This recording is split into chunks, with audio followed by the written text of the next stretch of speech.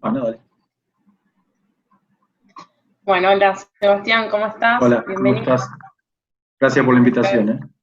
bueno, gracias a vos por conversar hoy con nosotros, con Revistas Significantes. Bueno, te voy a pedir que nos cuentes un poco más acerca de vos. Bueno, yo soy psicólogo, egresé de la Universidad de Buenos Aires eh, y me formé en el Hospital Alvear, es el hospital de emergencia psiquiátrica de acá de la ciudad, y ahí hice la concurrencia.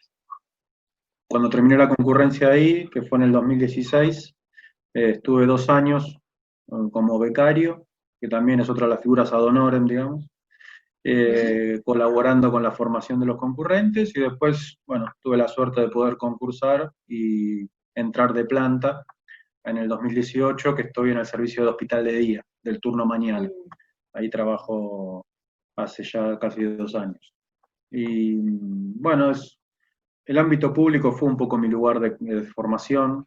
También hice el posgrado en el AMEINO en ese momento, que es el centro número 3, así que lo público siempre fue mi lugar un poco de formación y ahí conocí gente muy importante para mi formación, Julio Moscón, que es uno de los jefes de guardia en ese momento, fue alguien con el que yo sigo aprendiendo mucho, me sigo formando con él y bueno, sí que lo público para mí sí es un lugar importante de formación. Para un analista me parece que es un pasaje distinto, sobre todo porque es un lugar donde circulan pacientes de mucha gravedad. Ujú. Y, Claro, es, sí, sí, sí. claro, y la gravedad siempre un poco trastoca las teorías, es inevitable. Uno entra con cierto bagaje y la gravedad de los pacientes, si bien uno cuando empieza a trabajar en lo público intenta que vaya de a poco, no, no son los pacientes más graves los primeros que vemos, pero bueno, es inevitable encontrarse rápidamente con la clínica de la gravedad, ya sea en el servicio que uno recorra. Así que un poco, si bien siempre la práctica conmueve un poco la teoría, pero me parece que la gravedad de los pacientes que circulan por el hospital hacen que uno tenga que ponerse rápidamente a pensar un montón cada caso. Y justo cuando hablábamos por mail, que conversábamos como para armar esta propuesta y pensamos Ujú. el tema, me Sí, comentabas que estaban por iniciar el mes que viene, ¿no? Un curso sobre sí, Ricardo Piglia como lector del sí. psicoanálisis, y vos ya antes estabas interesado en la obra de Piglia. Sí, De antes. sí, bueno, el curso es un poco deudor de una serie de cursos que yo hice en el hospital con Julio. Fue él un poco también el que empezó a trabajar en este cruce de literatura y psicoanálisis que a mí tanto me interesó desde un inicio. Y él ahí en un momento trae un texto de Piglia que yo no conocía, que es El último lector. Yo había leído Respiración Artificial, pero no conocía al Piglia crítico y demás. Y a partir de ahí inicié la lectura de todo ese mundo que me fue enriqueciendo mucho cada vez que iba, ¿no?, conociendo un poco su obra, sobre todo la obra que él tiene en cuanto a la crítica de textos, a algo que también atraviesa toda su enseñanza. Él también fue docente acá y afuera, que es cómo lee un escritor. Me parece que ha Claro, hecho un punto. Sí, uh-huh. ¿Cómo lee un escritor? Y ahora que decís cómo lee un escritor, cuando decís que te fue enriqueciendo mucho, enriqueciendo en el sentido, o sea, como a vos como analista, a vos como escritor, como lector. yo creo que como todo eso que vos decís, y hay algo que quizá hay un punto que por lo menos a partir de la lectura de Piglia que uno puede ir descubriendo, que el modo que él tiene de ir viendo cómo un escritor va leyendo, yo noto, y lo fui compartiendo también, que es muy parecido a cómo por lo menos uno intenta leer como analista. Hay Mm, como bastantes puntos de contacto. No digo que un escritor sea un analista escribiendo, ni que un analista tenga que ser un escritor escuchando, pero sí que hay puntos interesantes de conexión, llamativamente, ¿no? Es muy llamativo eso, encontrar tanto psicoanálisis en alguien que si bien se analizó mucho tiempo y demás, no es analista, ¿no? Es claro, esa sí, sí. posición lectora y que él la traslada a su escritura, es muy interesante uno como nota y cuánto uno aprende. Sobre todo eso quizás es lo más interesante, porque quizá Piglia no podemos decir que sea alguien que trabaje contenidos de psicoanálisis, como podría ser algún otro autor, pero esa es la posición lectora, lo que él va descubriendo, ¿no? Mm. Y Sí, eso sobre hay muchos puntos de contacto. puntos de contacto.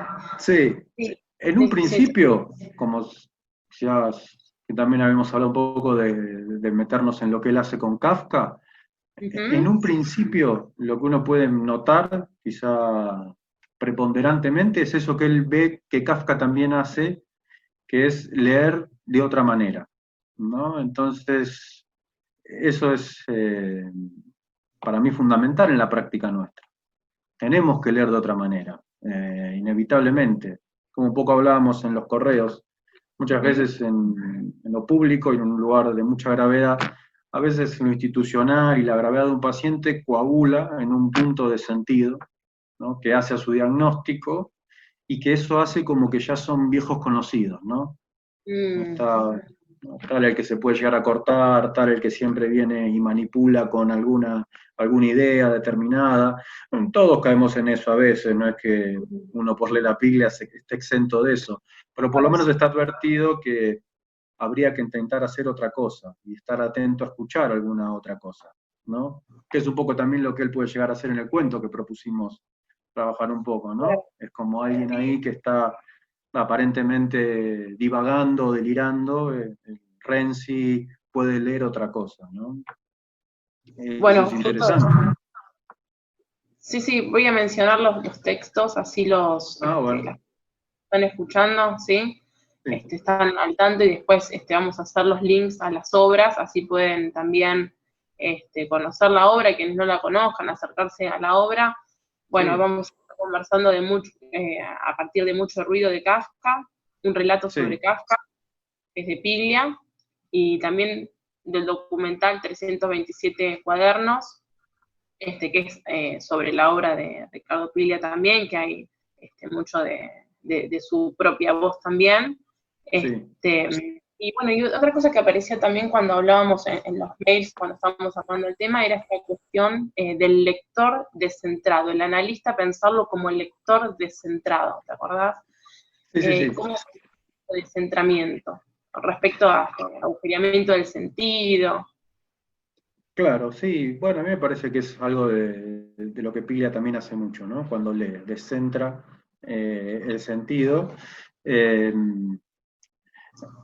Creo que lo que Piglia siempre enseña es un poco que hay distintas, no sé, pongámosle cuestiones institucionales del mismo Estado, podemos poner núcleos de poder para Ujú. los que estamos en el psicoanálisis, en la clínica podría ser lo que tenga que ver con el discurso universitario y el discurso amo, que tanto trabajó Lacan, que tienden a establecer los textos en relación a un sentido determinado, ¿no? Ujú. Y lo peligroso que eso es eso, porque de ahí a lo canónico estamos muy cerca, y cuando uno empieza a relacionarse con los textos casi de una forma canónica, o podríamos decir, ¿no? Como oracular, hay una Ujú. dificultad.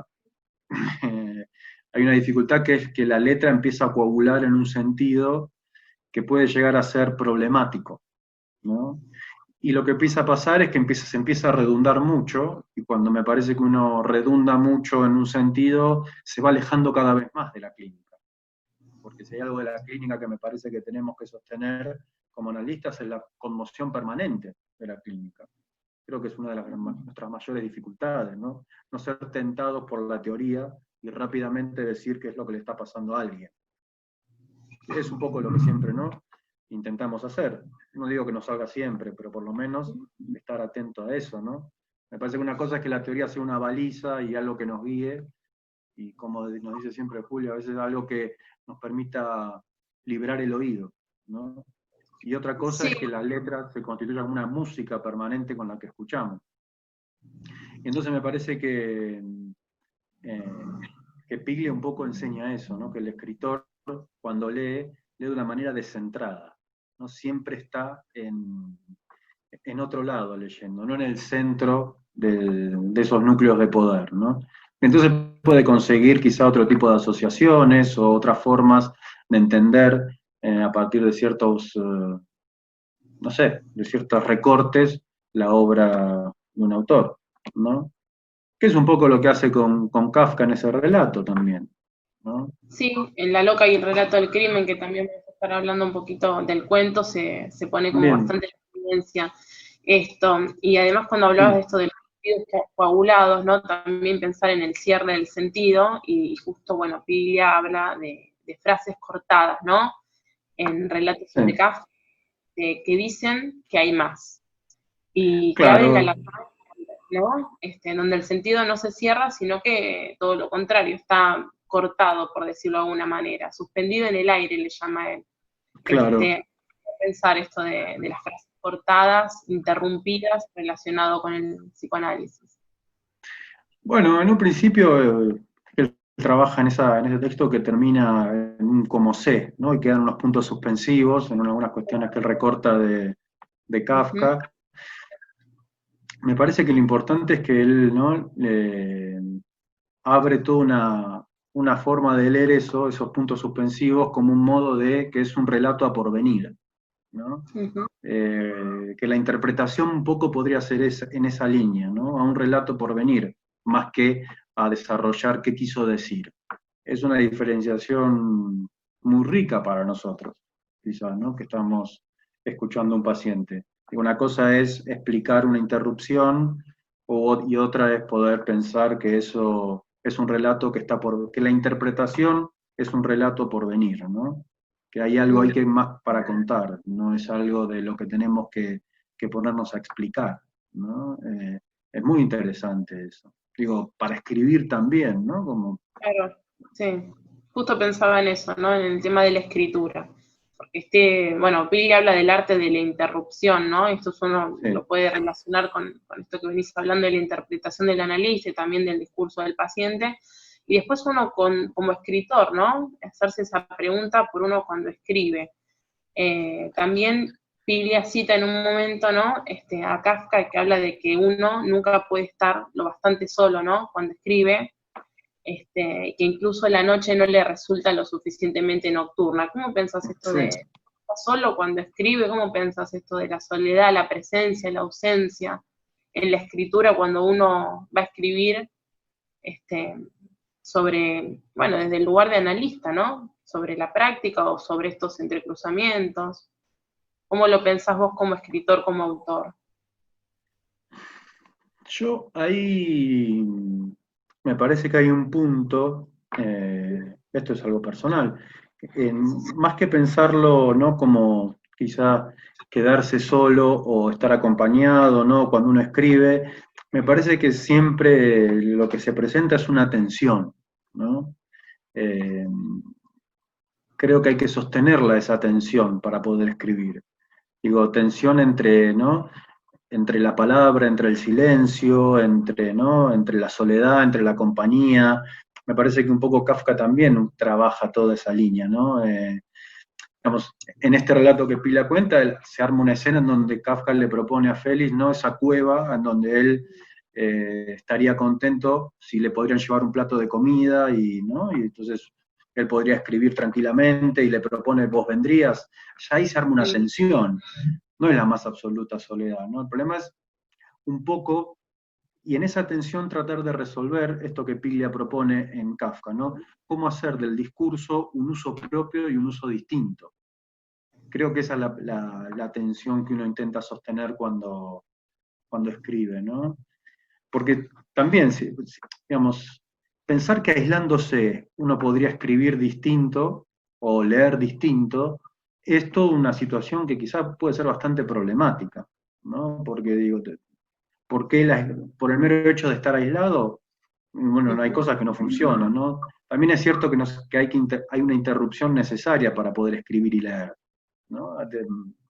Pero me parece que el tema es sostener la atención, que es un poco, ¿no? Lo que Piglia trabaja, cómo Kafka intenta armar una escena en donde él puede utilizar el discurso de otra manera, cómo generar una relación con la lengua distinta, propia, ¿no? Ujú. Porque justamente lo propio es la resolución de una tensión, porque si uno habla de un discurso propio, es la psicosis, ¿no? Una psicosis descompensada, un paciente en pleno neologismo, ¿no? Y bueno, ahí hay algo de la tensión que se rompió, digamos, siguiendo esta línea. Eso es algo muy grave, ¿no? Así como podríamos pensar un discurso más obse, mucho más pegado a la letra, ¿no? En donde una cosa significa eso y solamente eso, también es un problema. Digamos, sería algo más propio, ¿no? O algo roto en relación al discurso. Me parece que un poco es la tensión. Eso es lo difícil, ¿no? Y es una tensión muy problemática. Piglia siempre habló, y bueno, y Kafka también, ¿no? Kafka hablaba mucho de postergar ese momento, porque no es algo sencillo entrar a tensionar esas cuestiones, ¿no? Primero porque uno también se siente un poco solo, ¿no? Y estás ahí intentando no escribir algo que tiene que ver con una apuesta también del sujeto, ¿no? De poder demostrar algunas cuestiones, algunos planteamientos, ¿no?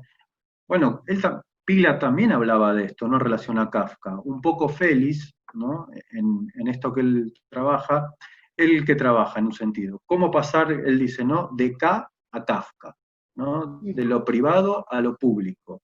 Que era algo que tenía mucha dificultad aparentemente Kafka, por lo que él cuenta, ¿no?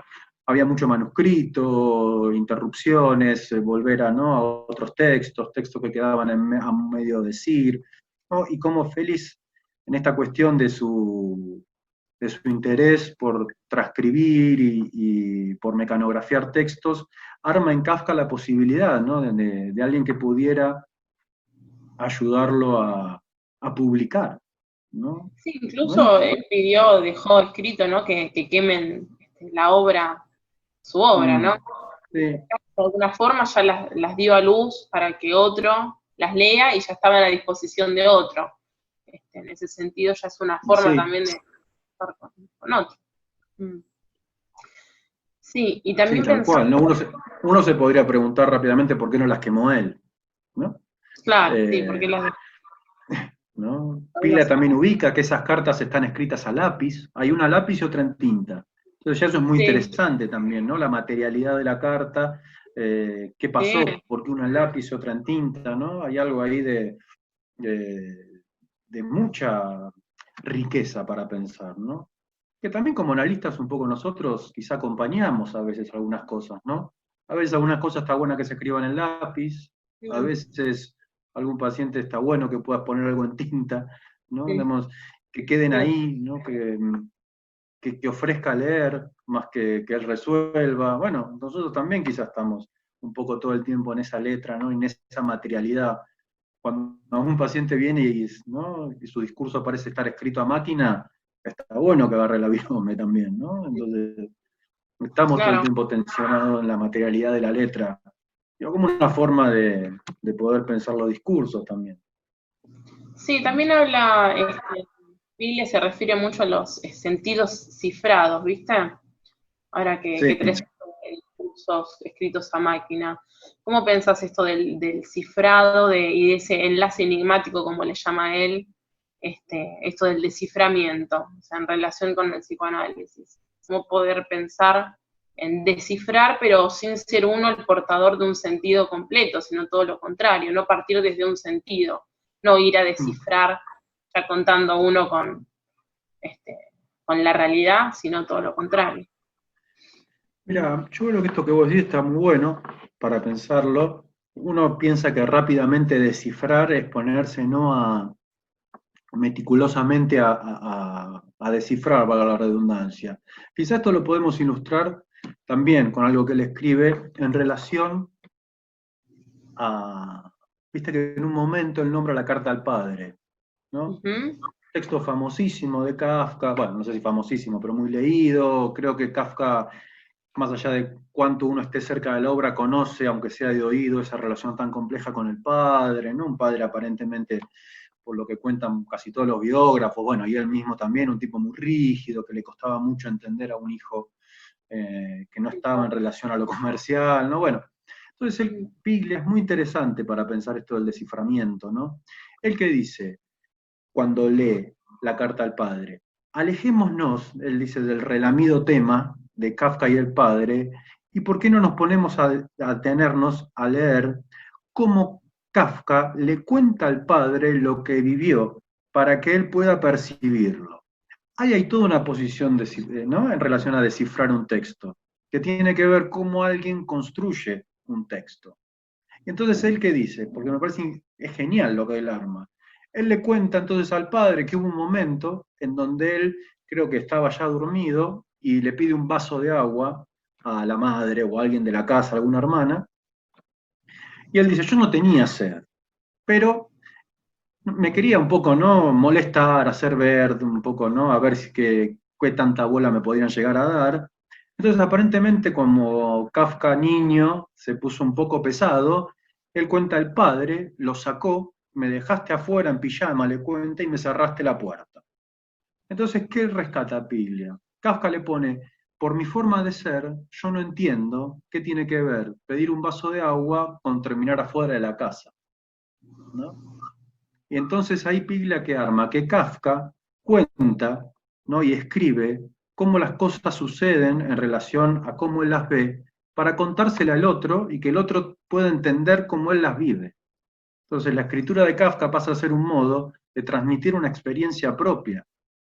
Eso me parece que es muy interesante en pensar en descifrar, ¿no? Cómo alguien arma un texto, ¿no? Cómo alguien construye una historia.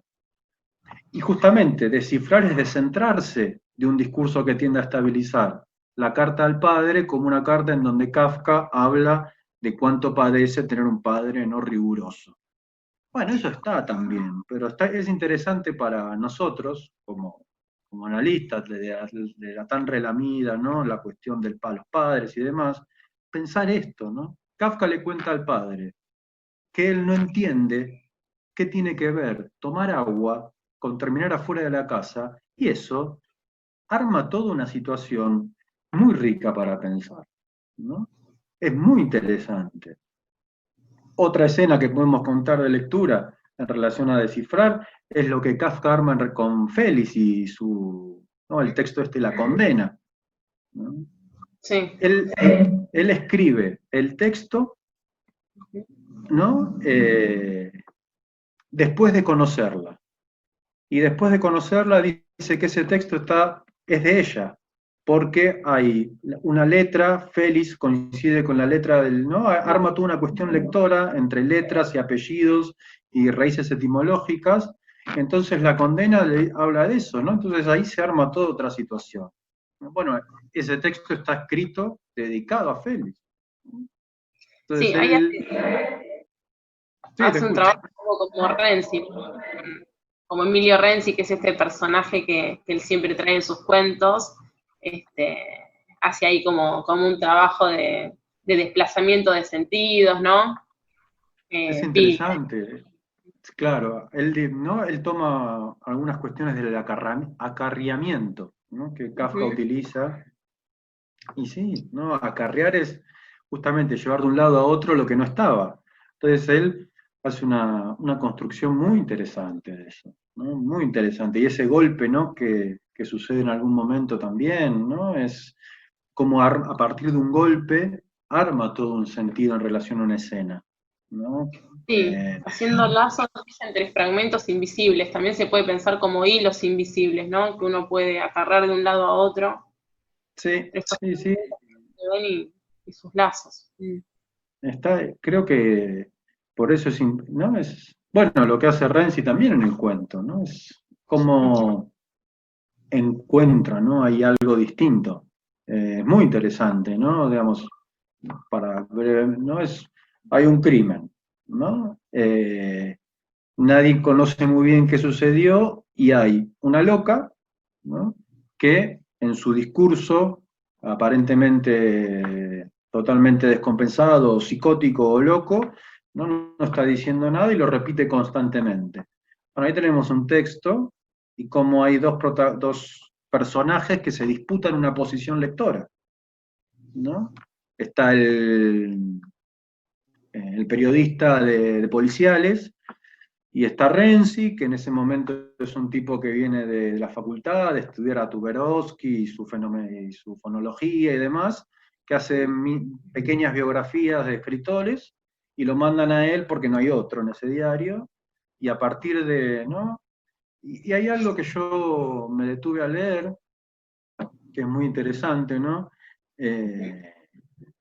Porque hay este personaje, el periodista, digamos, profesional, en un momento le dice algo así, cita a Shakespeare, ¿no? Dice, es como creo que no, si no me equivoco, le dice, es como en Macbeth, el relato sin sentido de un loco. Y Renzi lo corrige, le dice, no, de un loco no, de un idiota. Es interesante porque yo busqué un poco esa diferencia y cuando uno busca etimológicamente la palabra idiota, remite a lo propio, ¿no? Hay algo del idiota que tiene su raíz en lo propio y cuando buscas locura, la raíz etimológica de locura es un poco incierta, no se conoce muy bien.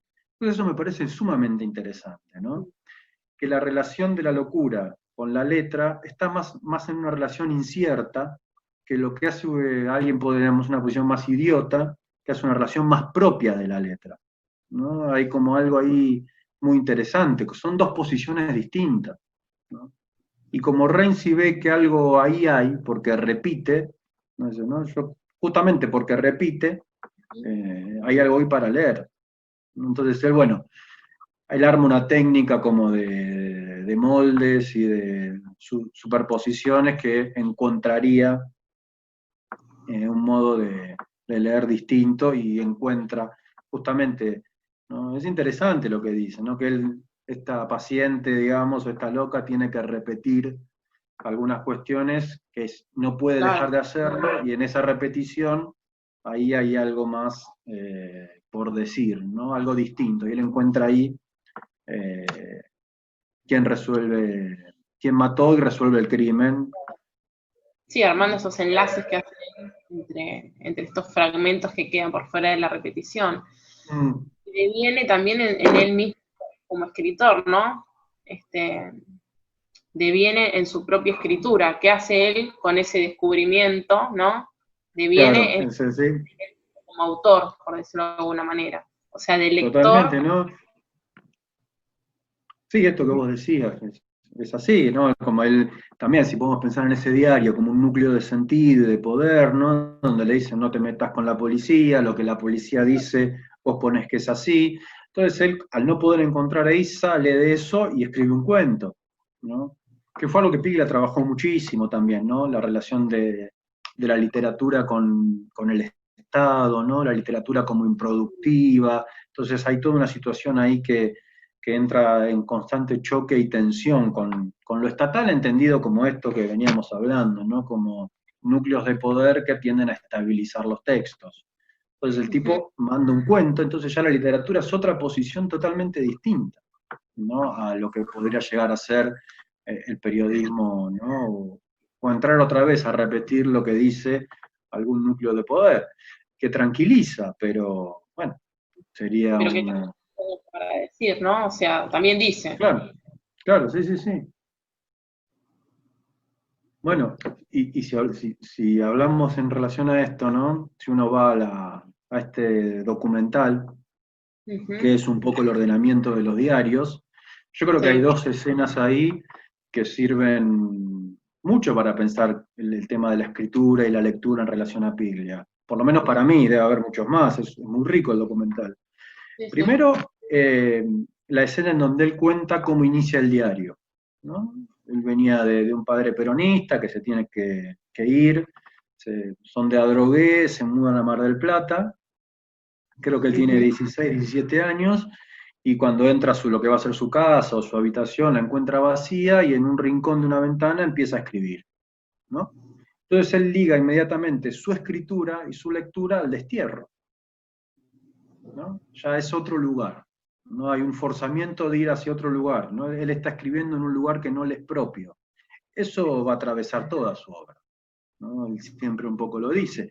Y bueno, y otra gran escena para mí de ese documental, que también habla mucho como es cuando él propone o le preguntan y demás, que él tiene, y es interesante pensar que le da bastante miedo, dice, que él quiere ponerle a sus diarios los diarios de Emilio Renzi, ¿no? Sí.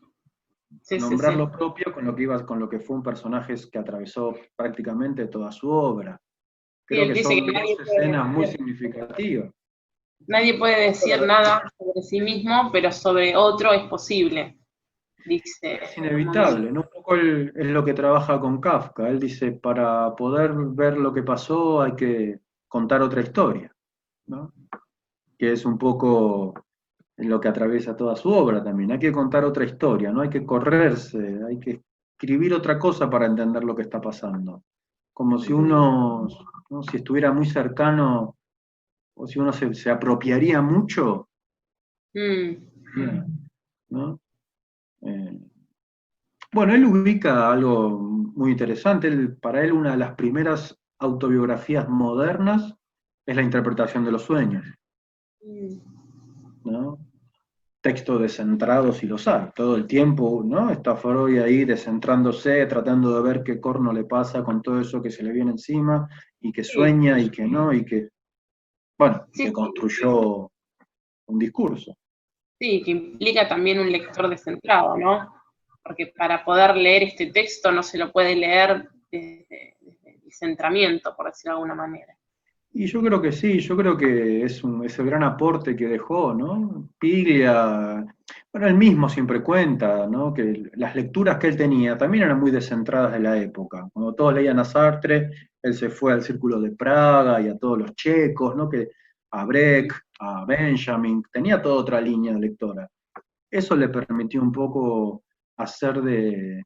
Bueno, es muy rica la obra, ¿no? Todo lo que él trabaja en relación a la verdad, a la ficción, esto que vos nombrabas, el enigma, el misterio, los estructura en los textos y arma situaciones muy interesantes, ¿no? Cuando lea Onetti, ¿no? Es también muy interesante, él dio clases sobre eso, cuando lea Puig, es interesante, pero me parece que ese punto que un poco venimos recorriendo, el de centrar, es, creo que muy interesante, ¿no? Pero no es una posición, me parece, como venimos hablando, una especie de mística de la lectura, ¿no? Donde uno tendría que correrse. Es simplemente eso, ¿no? Es cómo encontrar en el texto otros modos, otras formas, cómo está construido un texto. Creo que eso es muy interesante para nosotros. Yo creo que un poco, ¿no? Es lo que hacemos cada vez que escuchamos a alguien. ¿Cómo está armando un texto esa persona, ¿no? Cómo cuenta, que no es lo mismo, ¿no? Bueno, el Edipo es un poco eso también. Cómo uno estructura sus textos, ¿no? Si no, uno se queda con la cosa de mamá y papá. Me parece que eso eh, es Y como algo muy... cómo uno lee su propio relato, ¿no? También, porque Bueno, después, eso también, ¿no? Eso también, eso también. bueno, Eso creo que es algo muy importante, ¿no? Nosotros somos también, ¿no? En algún punto, acompañantes de la lectura que uno hace o que cada persona que viene a consultarnos va a empezar a hacer de su historia, de lo que le pasó, ¿no? Eso es poder acompañar a cómo escribir esas cuestiones, ¿no? Es muy así es. interesante. Pero creo que eso hay que tener también una forma de pensar la letra, para no quedar muy tomados por, Mm, por ciertas cuestiones que inevitablemente a veces uno cae, ¿no? No digo que nadie está exento de eso, pero estar advertidos, ¿no? Que cuando estamos sí. muy, muy... Sí. Billy Ah, habla también de un lector activo, ¿no? De que interroga al texto. Estar ahí quizás en esta posición, ¿no? De pensarse interrogando. creo que sí, ¿no? Creo que sí, uno está haciéndole preguntas al texto todo el tiempo, dependiendo también de lo que uno quiera ir a buscar el texto, ¿no? Pero sí, sí, creo que uno es activo en ese punto, ¿no? Uno está... Bueno, y tú una línea de los franceses que trabajan, que no hay que leer, hay Claro. que reescribir el texto, ¿no? Sí, es interesante toda esa línea, ¿no? De estar activo frente a la letra, podemos pensarlo, ¿no? Y eso cómo genera otros núcleos de sentido, ¿no? Que es un poco lo que Bueno, Piglia hace con Kafka, ¿no? así es. ¿Te parece, Sebastián, que en este punto dejemos abierto, bueno, invitemos a acercarse a la obra de Piglia, a La loca y el relato del crimen, un relato sobre Kafka y, Sí, bueno, otras obras que también son interesantes, sí, sin duda. cuadernos también de Piglia, 327 cuadernos, el documental que estuvimos hablando, que también es interesante para acercarse a la obra, Sí, la verdad que sí. Andrés de Tela, y bueno, y mucho ruido también de Kafka, ¿no? Que es una de, quedó ahí pendiente, pero estuvo todo el tiempo también circulando. Sí, creo que lo hemos, indirectamente lo hemos comentado. Así es. Así que bueno, si te parece entonces dejamos ahí abierto, No? ¿sí? Y bueno, y para seguir pensando estas cuestiones, ¿sí? Bueno, muchas gracias, Sebastián. Que estés bien. Gracias a vos. Chau. Bueno, saludos. Chao, hasta luego.